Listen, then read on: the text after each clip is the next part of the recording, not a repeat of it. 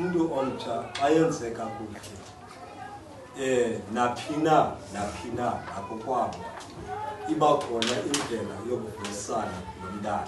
Yes. Ngoku silapha njengoba sisazi okubana singekuye akukho nto sinothi siyenze. Amen. Yiyo loo nto kubalulekile umnini wendawo simemile okokubana abe lapha. Yes, siyafuna okokuba sithe ibrayi ulutsha kuba sivuyisana nabo kunye nathi ngaphezulu. Akabongithini kuba xa imilenze imibili ayikwazi ukuma kube khona umlenze wesithathu. Yiyo loo nto ke ngoku silapha sizobonakalisa uthando lwethu kune bantu batsha, sihlangane apha sivuyisane nani xa kwenzeka kuhle. Kuba bekungelulanga endleleni kodwa kwenzekile okokubana sinqobo uSathane. Akabongithini phambi kokuba kwento yonke sizawuqala ngomthandazo. Ndixolise kakhulu ngento yexesha kuba izinto zakaThixo zihamba nje indlela yayo. Nina ningamisa okokubana nizawuqala ngexesha elithile kodwa umle wolathe kaThixo okokubana ukuze le nto ibe nempumelelo funeka kubekho iidilizi ezikhoyo. Makabongithixo mhlawumbi besisindiswa kwezinye izinto ebesingaziqondi ebesinothi sithintane nazo. Yiyo loo nto kubuya kwanyanzeleka okokubana masithi singona siqala umsitho wethu wanamhlanje. Makabongithixo kodwa sixolisa kuwo wonke umntu. Makabongithixo kuba into ebalulekileyo ukululamelana endleleni ukuze zonke izinto zibe nokuphumelela.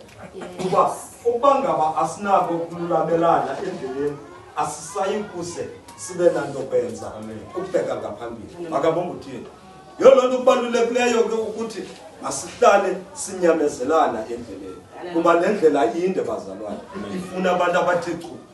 Makabongithixo ndike ndathi ngenye imini xa sube ndinixelele xa sube kukuhle kweba amandla kuba niyezi ixesha into yobana ngaba ufike ukunyuka.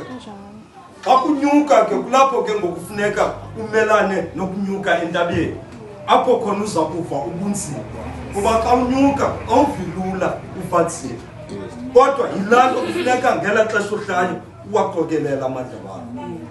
Makabongithixo ukwenzela okokubana xa unyuka unqantsa ukwazi unqoba laa meko ikubangela okokubana mawufumane ubunzima.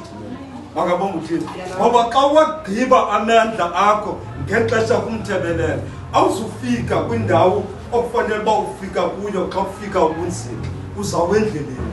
Makabongithixo yile nto ke ngokubalulekileyo ukubana kuyenyukela uyehlela kodwa qokelela amandla wakho uwagcine lokokubana ulifeze ugatso. Makabongithixo silapha nje silaphele loo nto kuba notata walapha ibingutata behlakaniphile, ibingutata osoloko ebonisa ubunzima bobomi nobulula bobomi okokubana funeka ukumelane nabo njani ngokuhlala nangokuphila.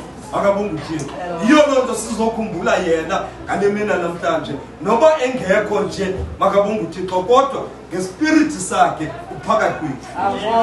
Makabongithixo yiyo loo nto siye salandelela zonke inatsika ii-procedures ezilandelelwayo ngumntu omnyama. Makabongithixo kuba silapha nje sihlale kuye bazalwane akhange sivele sizozenzela kona.